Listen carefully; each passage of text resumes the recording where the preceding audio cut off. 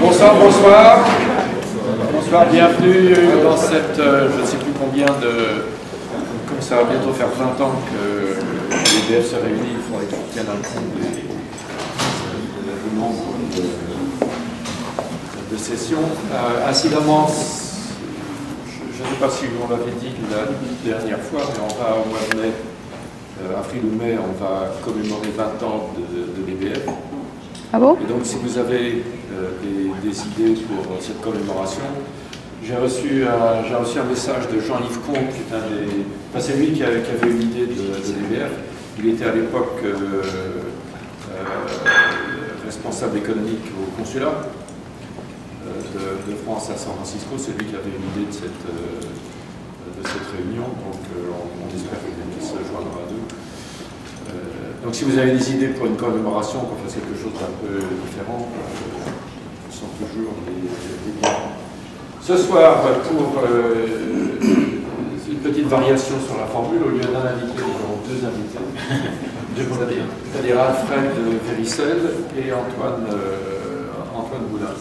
Ils sont deux associés, on va voir leur histoire, comment ils se sont rencontrés. C'est assez intéressant et exemplaire, à la fois sur le fonctionnement entrepreneurial, comment traverser, comment parcourir la course d'obstacles du métier d'entrepreneur, de cofondateur, d'acheter et de lever de l'argent, vous connaissez tout ça. Et puis aussi culturellement comment faire le pont entre les deux cultures, qui nous est cher, ça vous savez bien, et sur lesquels Alfred et Antoine ont des choses à dire. Bien, alors, Alfred, où est-ce que tu es né? Je suis né à Paris. Paris. Il y a 42 ans, c'est ça? C'est ça. À peu près. Et Antoine? Mont-de-Marsan, il y a 35 ans. 35 ans. Que faisaient tes parents? Que font tes parents? Mon père était notaire et ma mère nous a éduqués.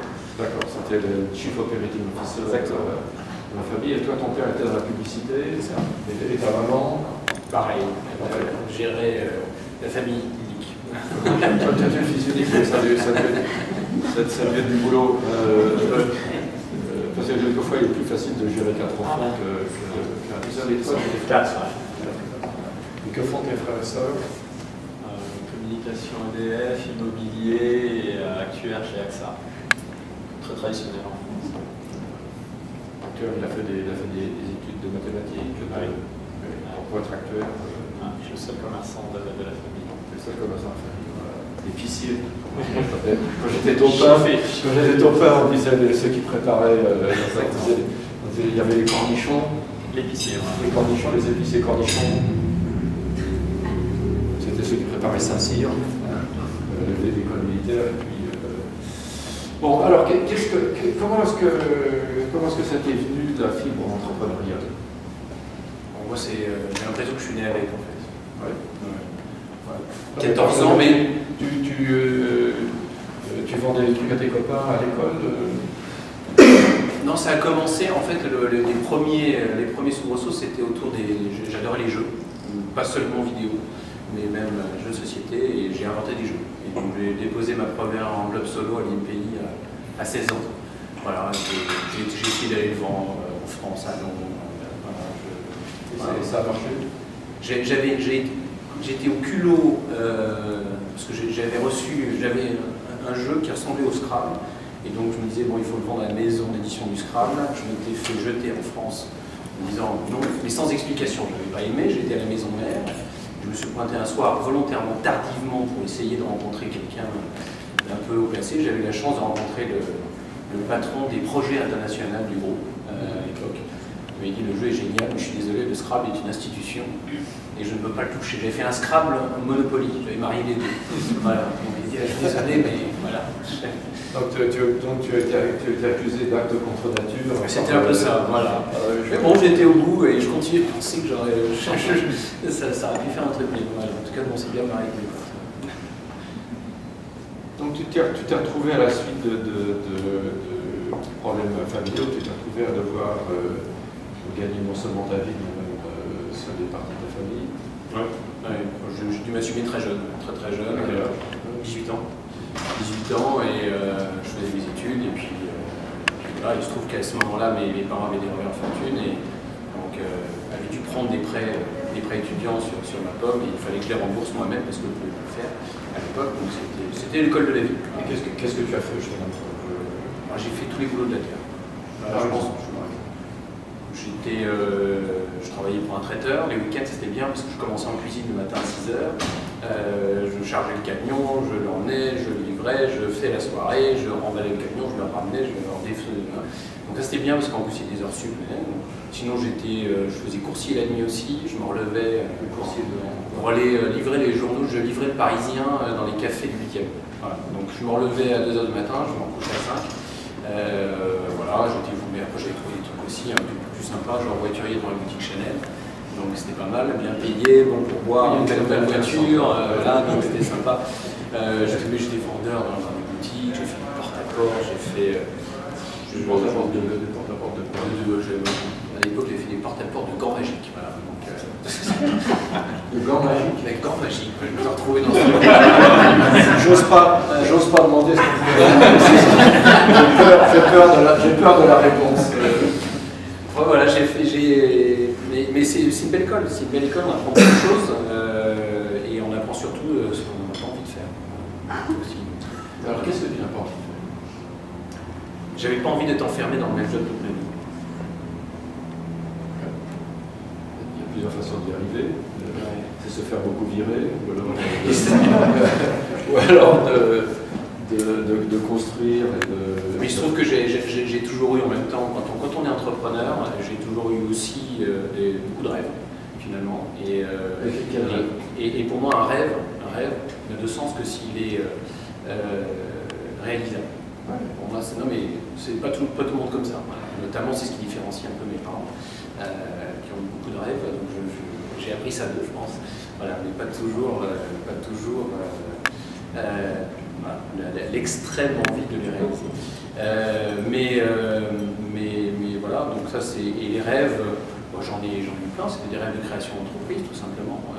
De voir quelque chose, me dire tiens, ma première entreprise, voilà, j'ai été utilisateur à l'époque, j'avais vraiment peu d'argent, donc j'étais utilisateur d'un service, à l'époque c'était Minitel, hein. C'était juste avant Internet, d'un service qui s'appelait Dégriffe Tour, et je trouvais ça génial.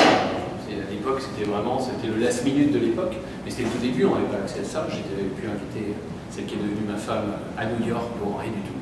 J'ai trouvé ça génial et c'est franchement formidable. Et j'ai découvert qu'il y avait des brokers informatiques qui faisaient du matériel informatique à moins 50%, mais qui vendaient qu'aux professionnels.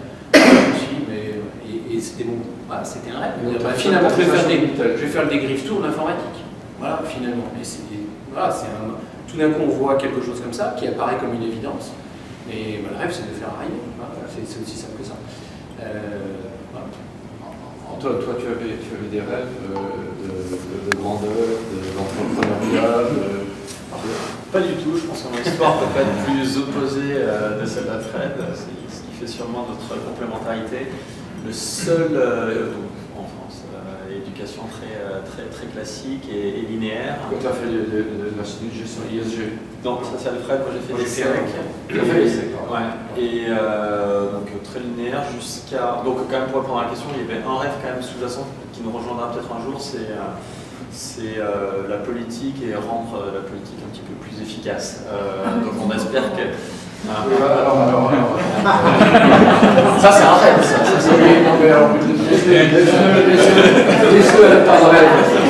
C'est un cauchemar. Oui, c'est vrai. On verra ce que peut faire la technologie dans tout ça. On se retrouvera peut-être un peu. On ne peut pas changer l'argument. Ouais. On ne peut pas changer l'argument. Ça, les mots sont bien pesés, effectivement. Mais bon, c'est un long débat, ça note.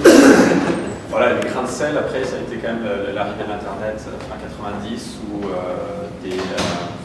des aînés de l'ESSEC, moi j'étais encore un petit jeune à l'ESSEC, ont décidé de copier un comparateur de prix américain qui marchait bien et ont décidé de lancer un comparateur de prix. Et quand moi, tous mes les camarades sont orientés vers des carrières traditionnelles, ça m'a quand même attiré. Donc je devais quand même avoir un petit peu de fibre entrepreneuriale et j'ai décidé de faire ce saut et de commencer dans le web il y a une quinzaine d'années.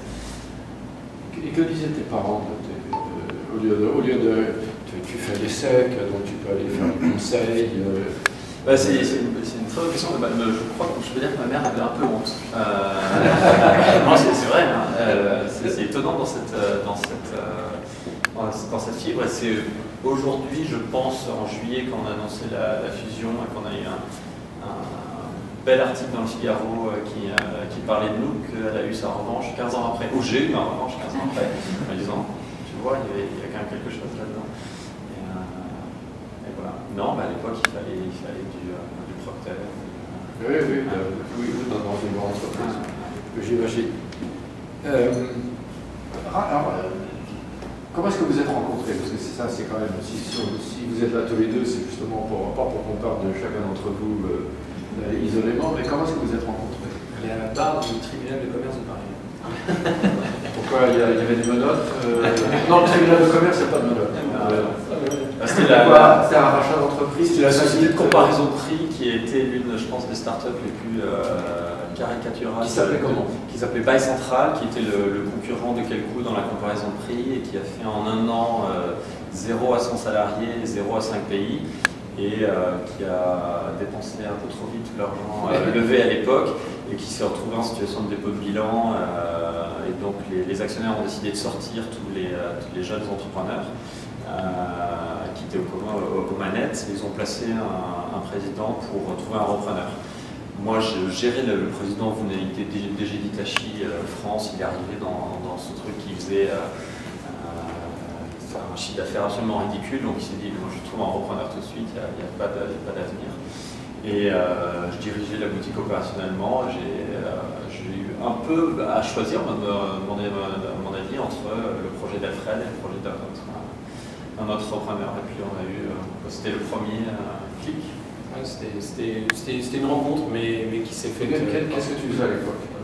À l'époque, moi j'avais lancé, je parlais de ma première entreprise qui était en 93, que j'ai revendu en 99. Oui, parce que l'arrivée de l'Internet a détruit ton business model puisque tu vendais des minutes en fait. Exactement. Avec Minitel, tu vends des minutes. J'avais un modèle d'intermédiation et avec l'arrivée de l'Internet, ça devenait un modèle de e-commerce. Et moi, je ne me sentais pas bâti pour l'e-commerce parce que c'est un autre métier. Faire de l'intermédiation et manipuler de l'information ou manipuler du matériel, stocké, logistique, livraison, enfin tout ce que ça veut dire, c'est un autre métier avec gérer ce typologie de marge, etc. Ça n'a absolument rien à voir. Donc, et même si j'ai fait des business plans incroyables, j'ai une partie de moi qui m'a toujours retenu et également grand bien m'a fait parce que même aujourd'hui je continue très heureux d'être dans la partie plutôt média d'Internet que la partie commerce. Mais encore une fois, ça me correspond. Donc finalement, même si j'avais migré de l'Internet, du Minitel vers les premiers à passer le premier site web en 95, enfin, voilà, c'était amusant. Et donc j'avais pas mal d'acquéreurs en réalité, je l'ai vendu en 99, très bien. Et fort de ça, j'ai essayé d'aller dans la partie média, qui était une forme d'intermédiation, manipuler l'information. Et voilà, donc j'ai lancé mon premier site en juin 2000 qui s'appelait Best of Micro. Voilà, d'où Best of Media. Ah oui, c'est ça. Et voilà, 3 ans un peu compliqués, mais au milieu de ces 3 ans, parce que finalement, vous vous souvenez, l'explosion de la bulle Internet, donc c'était un petit peu compliqué à gérer, et surtout j'étais venu avec mes propres deniers, j'avais pas fait de levée de fonds significative, donc c'était une période difficile, mais très instructive, on a appris beaucoup de choses. Et au milieu de ça, il n'y avait plus de modèle, il faut se souvenir, il n'y avait aucun modèle, il n'y avait rien. C'est-à-dire que on dit chiffre d'affaires sur quoi? Vendre de la pub, de quoi? Le seul modèle qui a commencé à apparaître, c'était la vente de clics, le coût par clic, le CPC. Et bon, c'est à ce moment-là que je me suis dit, tiens, il faudrait qu'on ait une expertise là-dessus. C'est là-dessus que je suis tombé donc sur Buy Central, qui était à la barre du tribunal, où là, même si on n'avait pas de moyens, etc., ça devenait réaliste, avec un vrai projet, quelques compétences, et on a été convaincant au tribunal. C'est là qu'on a trouvé. Voilà. Bon, je pense que c'était vraiment une rencontre à l'époque. L'entreprise a été rachetée par échange de titres. Par échange de titres.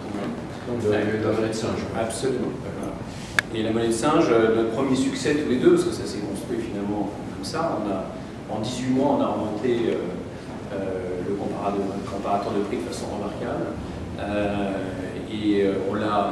On l'a revendu finalement, c'était fin 2004, parce que il y a un moment il fallait choisir justement le métier de médias sur Internet commence à arriver, la pub commençait à se vendre, et finalement c'était deux métiers différents.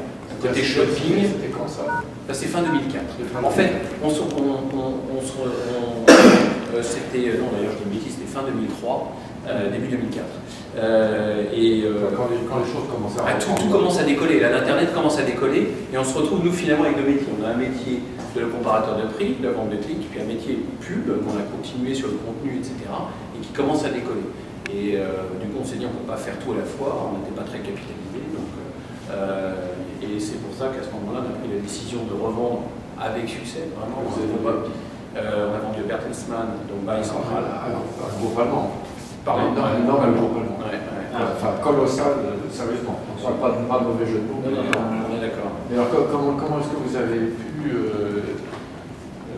convaincre Bertelsmann de vous racheter? Ils avaient une activité en fait qui était connexe de comparaison de prix. Ils avaient une activité qui faisait de la comparaison de prix en B2B.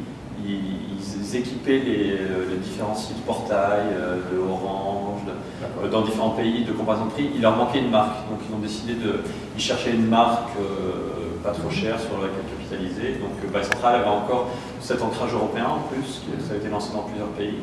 Et voilà. Mais qui était en forte croissance à l'époque. Et voilà. Donc toi, tu as servi ta peine chez Bertelsmann, c'est compris.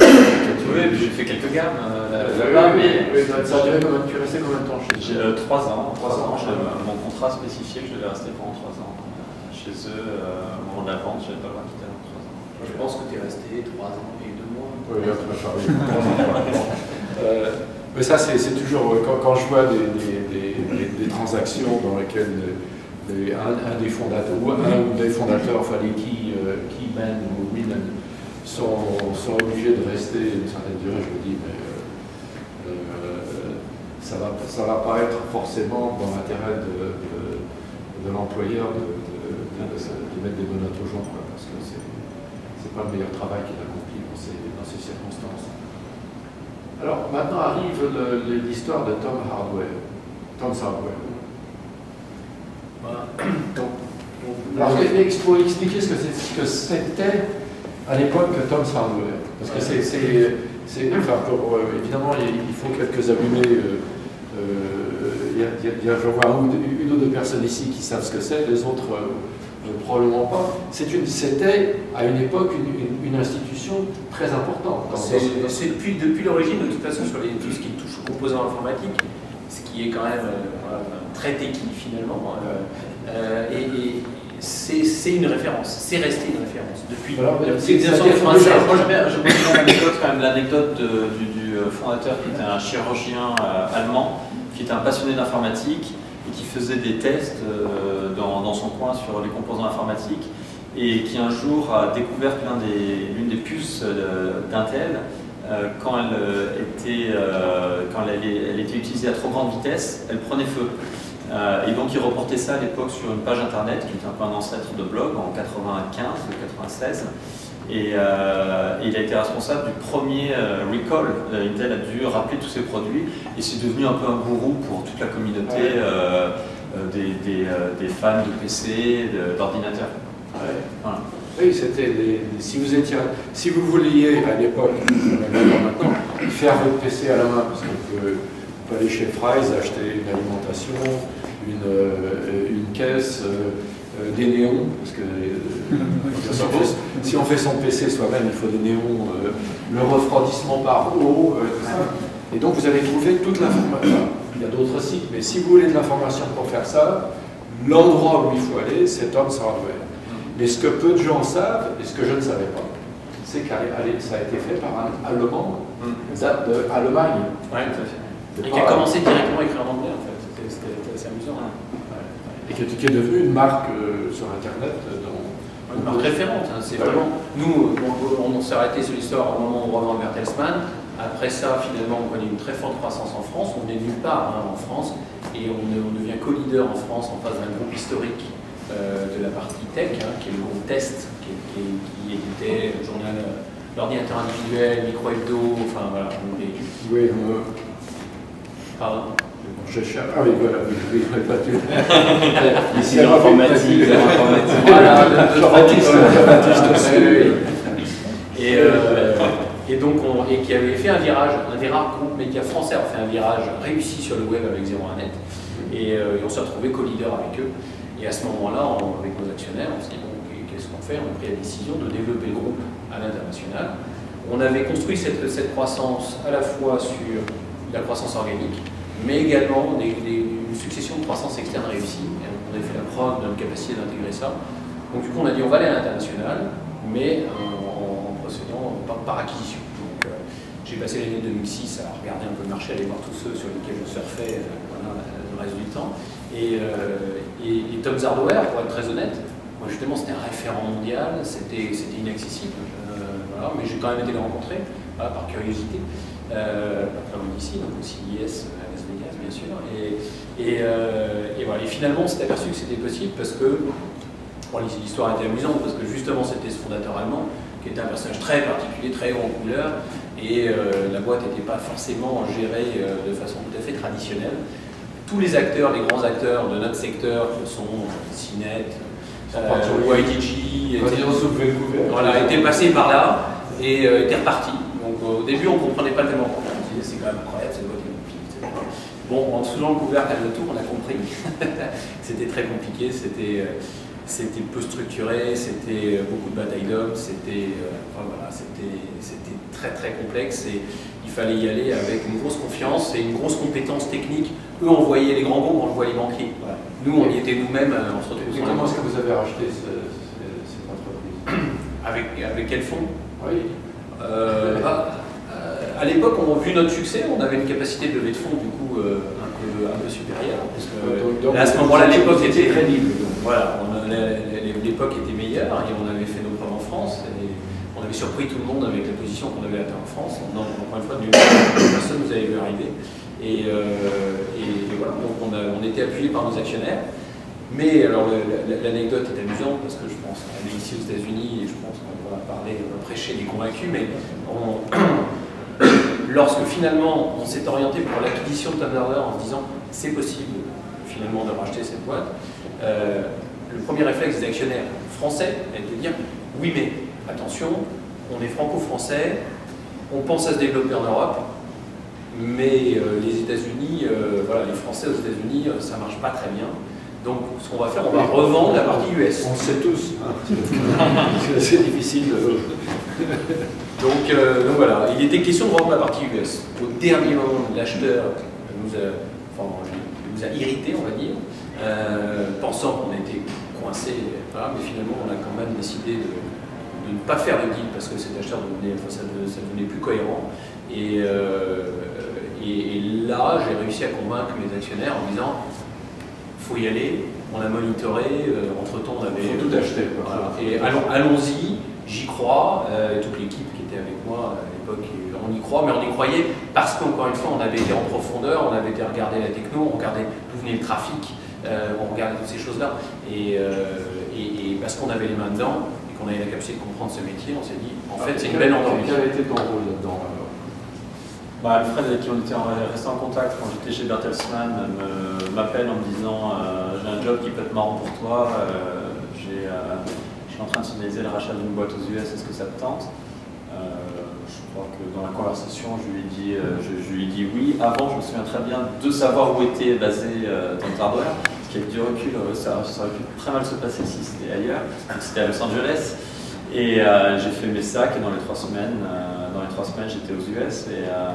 Qu'est-ce que tu as trouvé en arrivant alors j'ai trouvé, sous le capot c'était pas très beau, parce qu'en fait la boîte aux US était gérée, donc le chirurgien allemand était plus opérationnel et avait mis aux US une équipe qui n'était pas intéressée capitalistiquement dans la possible revente à un moment de la boîte. Et donc ils utilisaient la boîte ils se servaient sur la bête, pour dire de manière assez vulgaire. Et donc il n'y avait aucun investissement sur cette marque qui était très belle, et donc la marque allait comme ça. Donc c'était mal géré et avec de l'argent détourné. Moi ça fait 6 ans que je suis là, il y a encore des contrats que j'essaie de nous sortir parce que c'était les contrats qu'il avait fait à ses copains 6 ans après. Bon voilà ce que j'ai trouvé, j'ai dû licencier 90% des effectifs dans les 18 premiers mois. Alors que c'était pas qu'est-ce qu'il y avait il y avait combien de personnes Il y avait une trentaine de personnes sur le payroll aux US, mais il y a beaucoup de rédacteurs qui sont freelance, donc en équivalent, ça fait peut-être une cinquantaine d'employés aux US. Il y avait pas mal de contenu qui venait aussi d'Europe, qui était traduit d'Europe. Donc ça, c'était que la partie US. Donc moi, j'ai repris ça. Donc belle confiance d'Alfred qui m'envoie un petit Frenchie de 29 ans. Il y avait des employés dans 12 États. C'était quand même quelque chose d'assez compliqué. Et voilà, donc on a mis un peu de temps à remettre ça. On peut poser des questions. Tout à l'heure. D'accord. Tout à l'heure. On va aller jusqu'à un certain point, puis après on ouvrira pour les questions. Merci. Et voilà, donc il a fallu mettre ça en ordre. Après, il y a eu la crise quand même de 2008 qu'on a pris de plein fouet, donc la pression des actionnaires français commençait à monter. Et puis petit à petit, le travail de rationalisation de cette organisation, on a réussi à valoriser ses actifs. Donc au début, quand on arrivait, les US faisaient 20% du chiffre d'affaires du groupe, 15% et 5-6 ans après, ça faisait la majorité du chiffre d'affaires du groupe. Donc on a réussi à valoriser cet actif. Et les actionnaires français, quand ils ont vu ça, ils ont dit quoi? On s'est trompé ou À quel moment? Non, mais en voyant comment le centre de gravité. Parce que si j'ai bien compris, il disait c'est pas la peine, il faut surtout pas aux États-Unis. Mais il y a quand même un moment qui était pas loin, on a failli commencer à se désengager. Où on voulait arrêter notre régie, on a un petit publisher, il faut avoir une régie, savoir vendre sa publicité. Et on a failli se désengager au moment où. Et Alfred et moi, on disait faut tenir. Et ça a tourné en 2010. Et après, je crois qu'il y a une prise de conscience que le marché US était important, qu'il était possible de compétitif. Les actionnaires français se sont rendus compte que le marché US était important. Ils ont challengé. Tu sais, pour l'anecdote, ils ont challengé longtemps, même quand moi j'ai pris la décision, au moment où c'est la bascule à plus de 50% du chiffre. Quand moi j'ai pris la décision en disant maintenant je vais y aller, parce que j'étais là 2 semaines, toutes les 6 semaines, mais maintenant je vais bouger, je vais aller là-bas, ça n'a plus de sens de rester en France. Même là, je n'ai pas eu le soutien de l'ensemble des actionnaires. Même là. Voilà. Alors qu'aujourd'hui, maintenant encore un petit 3 ans après, où on a encore fait un parcours important ici, plus la fusion que l'on vient de réaliser fin juin dernier. Voilà. Ils ont fini par rentrer, mais ça aurait été long. Le cheminement est long. Alors, c'est intéressant quand même parce que c'est un sujet, ça. Qu'est-ce qui les aveugle? Qu'est-ce qui aveugle les actionnaires? Parce que ce ne sont pas des gens, ils ne manquent pas de quotient intellectuel, donc ce n'est pas une question de neurones qui manquent. Qu'est-ce qui. Je pense qu'il y a. Je pense que c'est proche. C'est proche finalement, c'est un phénomène de peur et lié à la taille. Je pense que c'est aussi simple que ça. C'est finalement. Voilà, c'est une taille de marché et de dire mais on n'aura pas les moyens de. Au lieu de voir l'opportunité dans le marché, en fait, je crois que notre constat, c'est que le marché est tellement grand que ça ouvre des opportunités, parce que tout ne peut pas être couvert. Moi, c'est ma lecture de la chose. Je pense que pour eux, la lecture c'est tellement gros, ça doit être très concurrentiel, et nous, on ne va pas savoir se battre dans ce marché. Alors qu'en fait, nous, ce qu'on voit, ce sont des opportunités. Encore plus sur le web.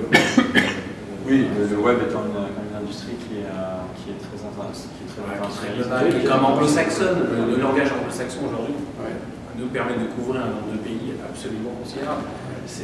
Donc cette pensée globale n'est pas encore arrivée de façon aussi significative que ça. Et nous, pour avoir essayé de lancer des business en Allemagne, en Italie, en Angleterre, ça a à chaque fois été beaucoup plus difficile que de faire aux US. Tellement plus compliqué, tellement plus protectionniste d'une certaine façon, c'est incroyable. Ah, il y a l'histoire du moteur de recherche français, Coursera, qui a coûté 128 millions d'euros aux contribuables et qui n'a pas commencé en anglais. Alors qu'en Estonie, tout est pays à 3-4 millions d'habitants, enfin, je ne me même pas.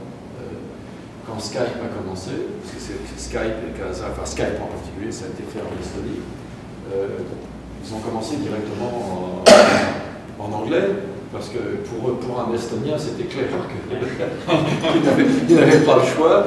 Donc ils ont commencé une société en anglais. Et donc elle était automatique. Enfin, automatiquement, elle était ouverte. Bon, on va pas. Le fondateur de Tom Sawyer l'avait bien compris, lui en 85. Il a fait les leçons et il a commencé en anglais. Ça, c'est un peu triste, tant mieux pour vous. Donc vous avez, on va pas tarder à ouvrir aux questions, mais on va juste parler un peu de votre dernière opération, c'est-à-dire une grande fusion avec un groupe qui s'appelle Tech Media. Un concurrent de CNET en quelque sorte. Ouais, en fait, notre marché, donc sur le vertical high-tech, il y a un leader mondial historique qui s'appelle CNET, qui fait maintenant partie du groupe CBS depuis 2008, qui a été racheté à 1,8 milliard en l'été 2008. Et ensuite, donc, dans notre métier des médias, on regarde ça au nombre de lecteurs, donc de visiteurs uniques. Et CNET aujourd'hui pèse sur le marché américain et européen un peu plus de 80 millions de visiteurs uniques. Et derrière, on est 4-5 concurrents à être, on était donc 4-5 concurrents entre 25 et 40 millions de visiteurs uniques. C'est qu'il y a un vrai décrochage entre le leader mondial et les concurrents. Et sur un marché relativement mature. Donc c'est un peu une anomalie finalement. Et donc nous, ça fait partie de notre plan vraiment de dire qu'à un moment, il va falloir sortir de là. Et donc on a regardé, on s'est parlé avec tous ces acteurs-là. Et finalement, voilà, ça a pas mal collé avec un des acteurs, donc Tech Media Network, avec lequel on a décidé de fusionner. Voilà. C'était assez long, assez compliqué, c'est assez intéressant. Qu'est-ce qui est intéressant? Ce qui est intéressant, je dirais deux choses. Un, c'est deux boîtes qui allaient bien, donc fusionner, parce que c'est vraiment ça, il n'y avait pas de cash dans le deal. Donc fusionner deux boîtes qui vont bien, on s'est posé la question beaucoup de fois. Est-ce que c'est vraiment ça qu'on veut faire? Parce qu'on part quand même à l'inconnu, on se marie avec quelqu'un qui a et l'intérêt c'est qu'il a un ADN un peu différent, donc on va être complémentaires. Mais cet ADN, est-ce qu'on peut vraiment compter dessus, etc. Donc il y a quand même un moment, une prise de risque, une volonté de faire et une capacité, à mon sens, qu'on a eu, et on a vu qu'on avait du mal à tirer tout notre management et actionnariat français par moment, de voir qu'à un moment, un marché mature, parce que je considère que le média online devient relativement mature, il faut avoir une lecture, il faut être dans les premiers à consolider, quand à un moment la consolidation est inévitable, et voilà. Et pour ça, il faut avoir des convictions, et surtout quand on a deux boîtes qui vont pas mal. Donc ça a été un premier pari. Quel a été ton rôle dans la négociation? On a quasiment tout fait à deux. Moi, j'étais celui qui était dans les détails. Et celui cop ou bad cop là-dedans? Moi, j'étais le. C'est marrant, il y avait les deux fondateurs. On était 4 à faire les négos. Il y avait les deux fondateurs qui étaient les optimistes, qui poussaient tout le temps. Et puis moi, j'étais avec l'autre DG d'en face, un peu ceux qui voyaient toujours le verre qui vit. C'est pas complètement vrai en fait, mais on était plus dans les détails, dans le fine-tuning du deal. Heureusement, parce que le nombre de deals qui explose après parce qu'on n'a pas fait attention. Parce que moi, dans l'observation que j'ai de la complexité du deal, c'est que le fait de faire un deal en action avec ce 1 + 1 = 3, ça a rendu le deal beaucoup plus long qu'un deal de rachat en cash en disant je suis gros, tu m'intéresses, je te rachète et t'as rien à dire. Il y a des deals comme ça qui se font en 2-3 mois et là, ça nous a pris 3 ans. Et ça nous a coûté sûrement ce deal 1 an et demi. Je dirais que l'autre année et demie, c'est peut-être la peur de faire du business avec la France sur la fin. Hollande, la taxe est 75%. Dailymotion, ça nous a coûté beaucoup. Dailymotion, explique, tu m'as dit tout à l'heure, donc explique ce que tu veux dire par Dailymotion. Dailymotion, qui est à deux doigts de se faire racheter par Yahoo, et le gouvernement intervient, ce qui Yahoo, c'était même pas un rachat, c'est une prise de participation sur 75%. Mais Yahoo n'aurait jamais dû s'intéresser à Dailymotion. Enfin, ça, c'est autre chose. Ce qui est intéressant, c'est qu'il y a de l'actualité française, il ressemble quelques petites choses comme ça, et les 75% et Dailymotion, ça a été quelque chose qui... et puis la peur du coup de licenciement, vu qu'on a peut-être en France, donc on a 2 bureaux à Paris et à Grenoble, on a un très bon centre de R&D à Grenoble, voilà, et la crainte des actionnaires américains, c'est si un jour ça se passe mal en France et qu'on doit licencier, ils avaient estimé le coût à 2 millions d'euros, quasiment par employé, enfin c'était ridicule. Sur un coup, ils estimaient le risque global sur la fermeture d'un bureau à 20 millions $. Donc là, forcément, tout de suite, ils ont balai. Mais en fait, c'est les avocats. La problématique, c'est les avocats. C'est-à-dire qu'il y a... non mais aujourd'hui, c'est la faute des avocats. Dans les faits, les avocats américains tentent à tout prix de faire renoncer à toute acquisition où il y a des équipes en France. Et vraiment, il y a eu toute une partie là-dessus. Et c'est malheureusement exagéré. C'est-à-dire que la réalité n'est pas celle qu'on souhaiterait, mais en plus, c'est exagéré. Et pour des écarts, bien souvent, par des écarts de com, type... Il y a de questions que ça coûte cher, je pense qu'on pourrait révéler qu'on a dépensé plusieurs millions de dollars de coûts d'avocat sur ce deal. Voilà. C'est un deal important, c'est pas... c'est pas disproportionné. Du Nasdaq, c'est disproportionné. Il y a quand même plusieurs millions de dollars. Il y a quand même cette chose désolante. Il y a quand même cette chose désolante qui est l'image du pays natal où d'ici les Américains voient la France comme un pays où il ne faut pas aller s'installer parce qu'on va avoir du mal. Alors que l'exception culturelle. Oui, c'est ça. Alors qu'on est ici en Silicon Valley, on est dans un environnement technique. Nous, on a toutes nos équipes techniques qui sont centralisées à Grenoble. Oui, parce que c'est mieux pour prévenir vos recherches. Enfin, ça ne coûte rien la recherche. Ouais, ça a coûté quand même un peu d'argent. Mais on a investi significativement. Mais c'est vrai qu'on a eu des coups de main type Crédit Impôt Recherche et Oseo, bien sûr. Mais on a sérieusement investi. Mais aujourd'hui, le type d'équipe qu'on peut avoir à Grenoble, le bassin aujourd'hui d'ingénieurs qui est là-bas, les compétences que l'on a, au prix auquel on les a, franchement, aujourd'hui, si c'était à refaire, j'hésiterais pas à avoir un centre de compétences à Grenoble, mais c'est l'ombre d'un cher. Enfin, tout le monde sait ce que coûte un ingénieur. Enfin, tout le monde sait. Je ne sais pas, mais ce que coûte un ingénieur actuellement ici, par rapport à la France, c'est pas 20% de plus qu'en France. C'est plus du double. Même avec les cotisations sociales, etc., c'est plus du double. Et on n'a pas à rougir des compétences encore. On a des mecs extrêmement compétents avec une vraie culture internationale. Enfin, ça fonctionne bien, c'est dommage. Alors, je crois que je pourrais raconter des anecdotes jusqu'à 11h ce soir. Avec votre permission, on va ouvrir un peu aux questions. Une question. Alors, une question, vous y avez un petit peu répondu, peut-être que je vais la par une autre question. Quand vous avez acheté Thomson Hardware, c'était en quelle année? 2007. 2007. Donc j'imagine qu'à l'époque il y avait déjà pas mal de trafic sur le site, mais les solutions de monétisation n'étaient pas celles d'aujourd'hui, je suppose. Et est-ce que le site était profitable à l'époque? Et oui. Comment vous avez fait pour le racheter? Est-ce que vous avez fait un pari sur l'avenir, sur la publicité, etc. Et la deuxième question, complémentaire, aujourd'hui, lors de la fusion, avec une industrie de la publicité en ligne qui est beaucoup plus mûre, beaucoup plus mature,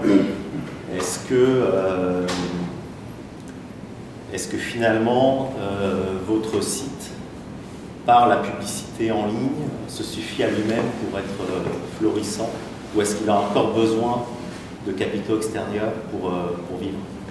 Alors, vas-y, alors c'est deux questions. Le premier, donc sur Tom's Hardware, à l'époque, le vrai pari, c'était que c'était franchement des journalistes qui avaient créé Tom's Hardware. Le fondateur, il savait écrire, mais il n'avait créé aucune techno autour de ça. C'était incroyable, ce site avait une structure techno à zéro, ne se référençait quasiment pas dans Google. Et donc nous, on est arrivé, on avait appris tout ça. En 2007. Donc, en fait, c'est là où on a compris la pépite, à force d'avoir creusé et d'être sûr de tout ça. On dit, mais c'est une véritable pépite. Alors, il y avait tout à restructurer sur le management de contenu, etc. Et on savait qu'il y a un boulot de fond. Mais on savait qu'en pluguant nos outils techniques et finalement en transférant le site sur notre plateforme technique, on allait connaître une croissance extrêmement forte. Et cette croissance d'Eusio allait être alimentée par... nous, depuis le départ, on a un ADN qui est content et communauté. Je suis entre les anglicismes, on dit prime content et community, mais voilà. Et on s'est dit, voilà, il y a ici un lectorat fidèle depuis 1996, une marque extraordinaire. Donc là, il y a des bases pour lancer une communauté très puissante. Et c'est là qu'on a plugué nos outils aussi, notre savoir-faire sur les forums notamment. Et on a connu une croissance extraordinaire là-dessus. Et aujourd'hui, la communauté Tom's Hardware est sans doute la plus large communauté tech au monde. Voilà. Ça, juste en une seconde, les gens ne comprennent pas très bien comment la marque, ça fait x9 en trafic en 5 ans, comment ça a pu grandir autant alors que c'est quand même des gens qui font leur PC. La communauté, en fait, c'est les experts qui font leur PC qui vont aussi répondre à des questions de gens qui sont un peu moins, qui ont un peu moins de connaissances informatiques. Donc en fait, c'est les experts qui aident les autres. Voilà des... Exactement. Voilà. C'est ce qui permet de donner une plantaille au trafic. Donc pour la deuxième question, aujourd'hui, donc les deux boîtes sont profitables. Hein. Encore une fois, c'est deux boîtes qui vont bien, qui sont cette année à plus de 30% de croissance. On va toucher l'année prochaine les 100 millions de dollars de chiffre. Donc c'est mais ce qui nous intéressait dans ce deal, au-delà de la taille critique et d'aller en frontal, du coup, de devenir le deuxième réflexe après le leader mondial, et dans le milieu publicitaire, c'est très important. Il y avait aussi de la complémentarité, et comme je le disais, nous, notre ADN, c'était Content Community, et eux, leur ADN, c'est Content Shopping. Et aujourd'hui, on pense que l'avenir des médias online, et qui est très chahuté depuis un moment, on souffre tous de ces inventaires démultipliés avec les pressions sur le CPM, pour le jargon, désolé, mais tous les groupes médias online sont en difficulté. Néanmoins, on voit un retour vers la volonté d'une information de qualité, mais il faut un business model associé. Le business model n'est pas que publicitaire, parce que si on ne pense que justement la publicité traditionnelle avec des contenus premium traditionnels, si on n'a pas la communauté qui donne un peu de scalabilité au contenu, et le shopping qui est inhérent au type de contenu que l'on utilise, qui se développe au sein de la communauté dont nous on parle avec nos journalistes, et si on n'a pas la capacité d'exploiter cette partie shopping comme il faut, on perd une partie du revenu. Donc aujourd'hui, on dispose de ces trois piliers, content, community et commerce, et nous pensons que c'est l'avenir des médias, que ça donne un véritable espoir aux médias, parce que c'est très scalable, et à nouveau, on peut réenvisager de la croissance et des profits très significatifs. Donc ce qui est très enthousiaste dans ce deal et dans cette complémentarité. Et qui n'est pas souvent réuni dans tout ce qu'on voit se faire sur le web, où tout ce qu'on essaie d'avoir, c'est des page views, et donc essayer de vendre des page views. Donc on va avoir ces trois piliers. En général, on a des acteurs qui vont faire du shopping, des acteurs qui vont faire du... Ce qu'on appelle content commerce, en fait, c'est du contenu qui est très proche l'une des meilleures comparaisons, en fait, c'est le guide d'achat de la FNAC en ligne, en fait, mais très proche de l'acte d'achat. Ce qui fait qu'aujourd'hui, il y a un bon 40% du chiffre de la boîte qui est sur de la commission à l'achat, en fait, qui était le modèle plus proche des comparateurs. C'est ça qui nous rejoint, d'ailleurs, sur le comparateur des débuts. Voilà, donc c'est vraiment très proche de l'acte d'achat, en fait. Parce que l'enjeu, c'est plus la comparaison de prix, c'est les produits. Gorka ? Cette fusion que vous avez fait, est-ce que c'est un peu le trend setting pour les autres sites du type Ars Technica et tous ces autres sites qui sont peut-être plus focusés sur le contenu et peut-être moins sur votre vision des différents revenus streams que vous adressez? Ars Technica, ça a été racheté par Condé Nast, qui est le groupe qui possède Wire, il y a quelques années. Ils le laissent dans un coin, ils n'en font absolument rien.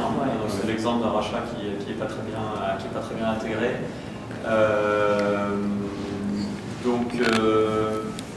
J'espère qu'il y a quelques trends dans ce qu'on fait. S'il y en a un qui est clair, c'est la consolidation du marché quand même. Donc Condé Nast avait un peu essayé, mais finalement la technologie n'est pas très importante pour eux. Mais on voit un autre groupe qui s'appelle Ziff Davis qui consolide beaucoup actuellement, à force de rachats et de beaucoup de cash. Donc il y a clairement une consolidation, c'est l'un des trends majeurs. Je pense que Content Community Commerce, nous on aime bien, et on voit d'autres sites médias qui vont dans cette direction. On en parle un peu, on dépasse aussi tel. Il y en a un autre, on va en parler des heures, c'est le type de curation, qui est aussi quelque chose qui nous caractérise. Finalement, il y a vraiment tellement d'informations sur le web que tout le monde, ça devient trop fatigant de lire 10 tests sur CNET, sur PCMag, on ne sait plus quoi acheter, on a trop d'infos. Et nous, dans pas mal de nos sites, on essaie on dit, on fait la recherche pour que vous n'ayez pas à la faire. Donc en gros, on dit c'est ça qu'il faut prendre. C'est pour ça qu'on est proche de l'acte d'achat. Arrêtez de...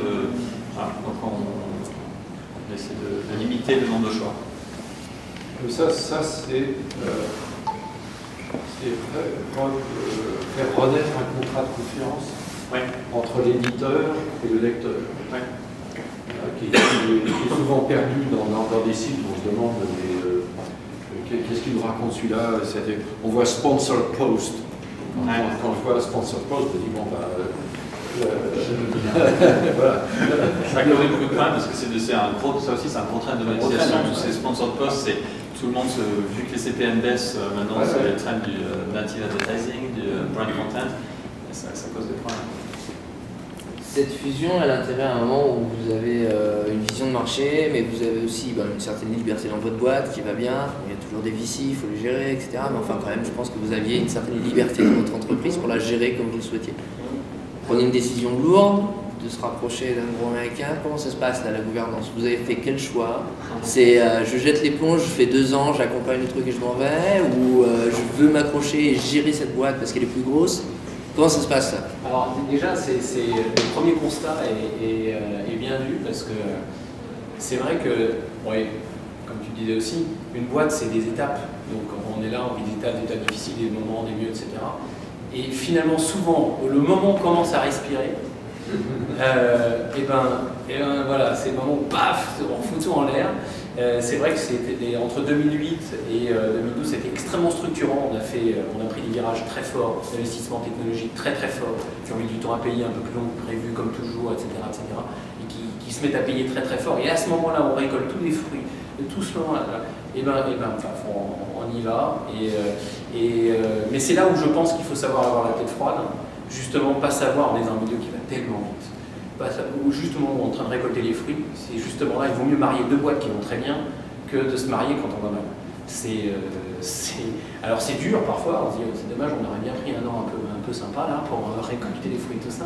Bon voilà, ça c'est le premier constat. Mais finalement, quand on est entrepreneur, il ne faut pas croire en Père Noël, finalement c'est toujours comme ça. Voilà. Donc première chose. Deuxième, oui, il s'est posé plein de questions sur la gouvernance, etc. Je suis le fondateur de cette boîte, mais ça fait bien longtemps que je suis lucide que ce n'est pas ma boîte, et je pense que c'est un truc très important quand on est entrepreneur, très vite quand on a un certain nombre d'actionnaires, de bien faire la différence. À partir du moment où on a commencé à avoir un pourcentage significatif de son capital qui est dans les mains d'actionnaires différents, c'est plus sa boîte. On est patron d'une boîte dont on peut être le fondateur et dont on est actionnaire, ce qui est très différent. Donc à un moment, il faut bien le comprendre. Et à partir de là, ça veut dire que le pragmatisme prime. Donc la première des choses, voilà, qui nous a habité, qui m'habite moi en tant que fondateur, mais qui nous a habité tous les deux, c'est-à-dire quelle est la meilleure décision pour la boîte. Et au fond, finalement, on y retrouve notre intérêt. C'est pas comme si on était devenu... notre intérêt, c'est aussi de valoriser nos actions le mieux possible. Voilà. Mais ce pragmatisme est la première des choses. Et finalement, la raison pour laquelle cette fusion a réussi, c'était peu importe ce que l'on sera dans cette fusion, peu importe, c'est pas le sujet. Le sujet, c'est que cette fusion doit arriver parce qu'il y a une complémentarité incroyable. Et d'ailleurs, pendant cette fusion, ça a été très compliqué parce que le CEO de la boîte, les actionnaires ont décidé de le sortir. Donc, au milieu du guet, en pleine fusion, enfin, process de fusion, on n'était pas signé. Donc, ça pose un tas de sujets. Pour être très clair et répondre à ta question, donc moi, à ce moment-là, je pose la question, est-ce que je me présente, puisqu'on part dans un process de recrutement et de dire, on va recruter un management de la Combined Entity. Voilà, et à ce moment-là, j'ai pris moi la décision de dire en fait je ne me présente pas pour deux raisons principalement. Une première qui est que je suis très dilué, notamment à cause de ces 3 premières années difficiles. Voilà, donc je suis très dilué et on est dans un secteur extraordinaire, donc l'entrepreneur a des petites envies de se dire tiens, il y a 2-3 trucs que j'aimerais bien exploiter, donc repartir dans l'entrepreneuriat. Donc finalement c'est une bonne opportunité. Et deuxièmement, pragmatisme et humilité, c'est de regarder, parce que là le projet, on est encore une fois sur une boîte qui est dans les 50 premiers groupes internet mondiaux, qui va passer les 100 millions d'euros de chiffre, qui vise le Nasdaq à 3 ans, et je ne suis pas américain, je n'ai pas d'expérience là, aller en bourse n'est pas forcément ma première passion, et là on a pu recruter un management de grande qualité, on a été allé chercher le GM de CNET à l'époque, parce qu'au sein du groupe CNET, il y avait CNET.com, et on est allé chercher ce manager qu'on a recruté collégialement entre les deux boîtes, donc voilà, c'était un choix commun. Il a 10 ans plus que moi, une grosse expérience, je pense qu'il va emmener cette boîte, je vais avoir la chance de me retrouver au board et de voir un peu comment ça avance. Je pense qu'en tant qu'entrepreneur, c'est un cadeau. Voilà, donc il ne faut pas se tromper, et je pense que c'est des décisions importantes. Et vous, c'était Los Angeles, eux, ils étaient où physiquement? Entre New York et Salt Lake City. Mais nous, on était très, on avait des gens partout. Mais l'idée, c'est d'en faire une boîte de New York. Donc voilà, là j'ai parlé pour moi. Et te concernant, moi,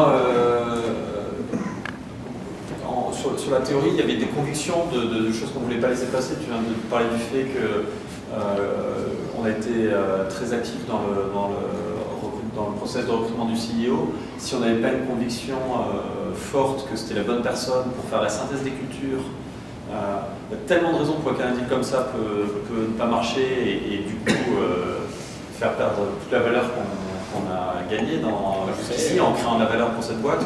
Il fallait une conviction forte. Donc, d'un point de vue théorique, c'est ça, c'est cette conviction. Et là, ça fait 3 mois et ça se vérifie. Finalement, le fait que ça a été si long, la préparation de ce deal, aujourd'hui, ça s'est passé très naturellement. Maintenant, on se connaissait tous depuis plusieurs années, donc voilà. À titre personnel, moi, donc le CEO est venu avec son numéro 2, et je vais être numéro 3 à la direction de l'une des 2 business units, qui sera soit Content Community, soit Commerce. Là, pour l'instant, je suis à fond sur l'intégration des 2 boîtes. En restant à Los Angeles. En restant à Los Angeles, on va être très décentralisé aussi, le management et 90 US.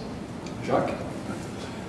D'abord, félicitations pour votre parcours. Vous êtes accroché à passer par toutes ces étapes formidables.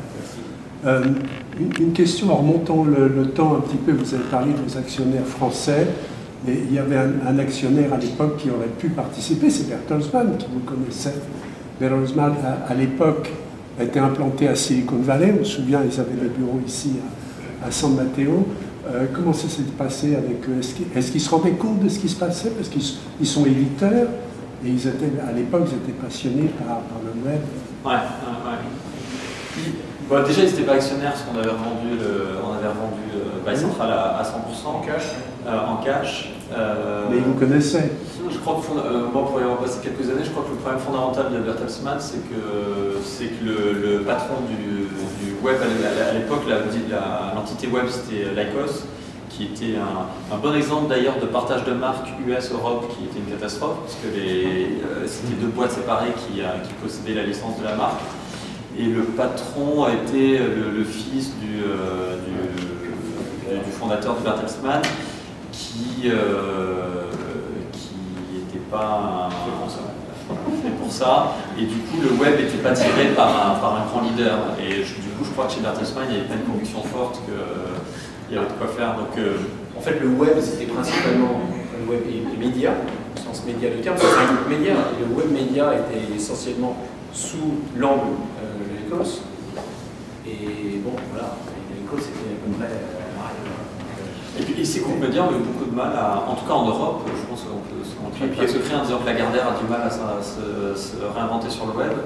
Et ils ont eu beaucoup de mal, et ils ont des similarités en plus, Bertelsmann et Lagardère, sur la façon dont c'est géré. y compris dynastique. Non, mais chez Bertelsmann, c'est exactement ça. C'est tout à fait vrai. Et quand Index Ventures est intervenu, est-ce qu'ils avaient anticipé la fusion? Ils sont en 2008, ils arrivent en 2008, Index. Donc clairement, l'enjeu était de consolider.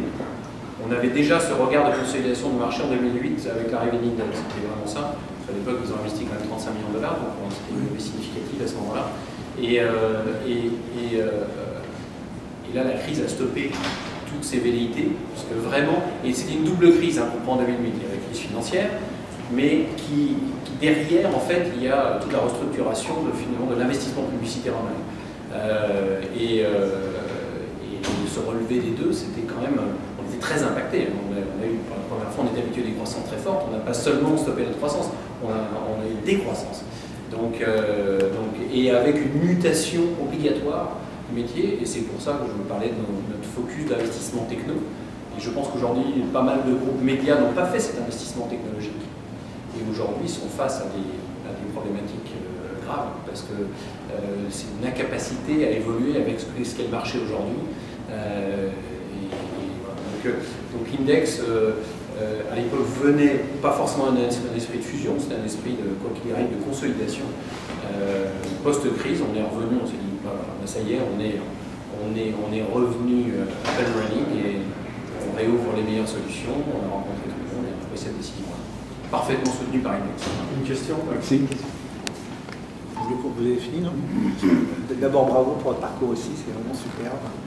J'avais une question aussi, moi, pas sur Batalon, mais sur le groupe Lagardère, en fait. C'est qu'à un moment donné, le groupe Lagardère était, je crois, le premier éditeur de contenu avec des magazines aux États-Unis, avait une partie technologique, avait Club Internet, enfin, revendu après Club Internet. Donc, ma question, c'est quel regard portez-vous sur la stratégie bonne, pas bonne, catastrophique de Lagardère Group? On est entre nous, il y a une caméra. Quel regard portez-vous sur le groupe Lagardère? Parce qu'on a deux exemples, Bertelsmann allemand et le groupe Lagardère français, quoi. C'est un sujet qu'on connaît un tout petit peu. Voilà, juste parce qu'on parle des groupes historiques qui se débrouillent pas bien. Il y en a un quand même, un allemand qui s'appelle Axel Springer, qui a fait quand même, je trouve qu'il se structure quand même pas mal et qui a fait quelques très belles acquisitions. Même s'ils ont acheté cher, ils ont fait de belles acquisitions. Je pense à Au Féminin, je pense à Se Loger. Ce sont très belles acquisitions. Et c'est un groupe qui structure intelligemment. Il y a deux groupes suédois norvégiens qui marchent très bien. Il y a Schibsted et Bonnier. Bonnier, bien ça. Donc voilà.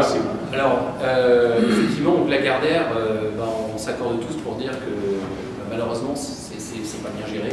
Ça manque de vision. Ils n'ont pas su prendre les bons virages. Maintenant, juste pour au rayon des critiques, c'est vrai qu'on se dit où est-ce qu'il va, qu'est-ce qu'il fait, etc. En attendant, quand il a vendu l'international, la presse, le print à l'international, il en a tiré beaucoup d'argent. S'il avait attendu aujourd'hui, ça vaudrait zéro. Donc ça, à l'époque, on a un peu rigolé, mais en attendant, c'était quand même pas si mal vu. Donc, moi, je le mets plutôt à leur place là. Je pense qu'ils préparent des petites choses qui vont être annoncées sous peu.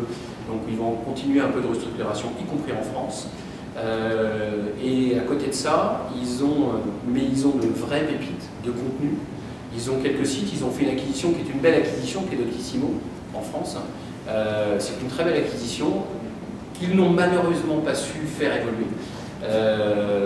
Mais il y a encore de beaux actifs et de jolies choses à faire. Lagardère active maintenant sous l'égide de Denis Oliven. L'ancien patron de la FNAC. Ouais. Et qui, alors on verra, c'est un groupe très compliqué, très politique, qui manque de guidelines. Voilà, on sent bien, et tout ce qu'on perçoit de l'extérieur est un peu vrai à l'intérieur quand même. Mais Denis Oliven fait plutôt du bon boulot pour essayer de faire évoluer ce bateau. Et il n'est pas impossible qu'on les voit évoluer de façon un peu plus positive. Voilà, maintenant, voilà, c'est une gouvernance un peu particulière et on n'est jamais à l'abri de réactions particulières. Une dernière question, parce que je vois l'heure. Oui, Jacques. Et les réseaux sociaux, est-ce que ce genre de métier ne va pas migrer sur des réseaux sociaux existants ou nouveaux? Il faut parler des forums. C'est pour justement distinguer des réseaux sociaux. J'adorerais répondre, mais parce que je parle.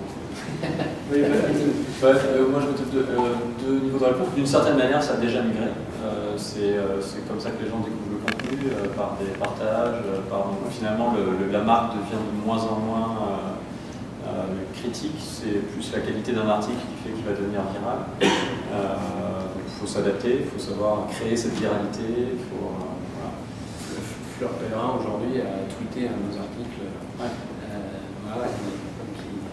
en France. C'est une petite chose, non mais c'est vrai. On a encore ça, on est content quand même. Non, est-ce que de la même manière, donc les marques restent importantes, donc faut savoir exploiter les deux niveaux. Et l'autre commentaire pour nous, c'est qu'on a beaucoup, quand on dit communauté, nous, c'est principalement le monde des forums, c'est ce que je disais au début, très spécifique au marché de la technologie. Dans la technologie, on estime qu'il y a un tiers de la lecture qui est que acheté, un tiers qui est un peu l'actualité du secteur et un tiers qui est j'ai un problème, aidez-moi à le résoudre. Et ce tiers de lectorat, pour l'obtenir, c'est des how-to, des réponses, et ça la communauté le fait très bien entre eux. Donc là on n'est pas vraiment dans les réseaux sociaux, on est plutôt dans des réseaux d'entraide, de peer-to-peer. Alors ils sont connectés, ils peuvent avoir des identifiants Facebook, Twitter, Co. Mais pour nous c'était un driver de croissance considérable et c'est quelque chose sur lequel on veut travailler nous encore plus à l'avenir parce qu'on voit beaucoup de valeur dans ces forums où il y a de l'expertise et finalement la différence entre les réseaux sociaux quand même et des forums c'est que là il y a du contenu qui est créé. Les réseaux sociaux, il y a beaucoup de partage finalement, il y a de l'influence qui se propage mais il n'y a pas de contenu, il n'y a pas de contribution. Dans les forums, dans les blogs, il y a un apport des users qui est important. On ne se contente pas d'appuyer sur like. Et je crois que je n'y avais pas pensé dans notre conversation préparatoire. L'idée du forum, c'est revenu à la surface comme quelque chose qu'on peut bien distinguer espèce d'énorme bouillonnement un peu amorphe, c'est pas le mot, parce qu'amorphe, quand on dit amorphe en français, ça veut dire sans énergie, mais pas très distincte de réseau social. Pardon ? Sans forme. Sans forme, oui. Non, on va arrêter, non, parce que sinon on a encore jusqu'à minuit. Merci, mais vous pouvez continuer. On va.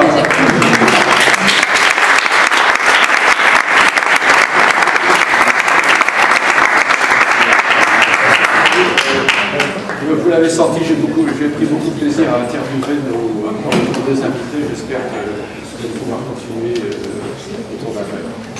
Merci beaucoup.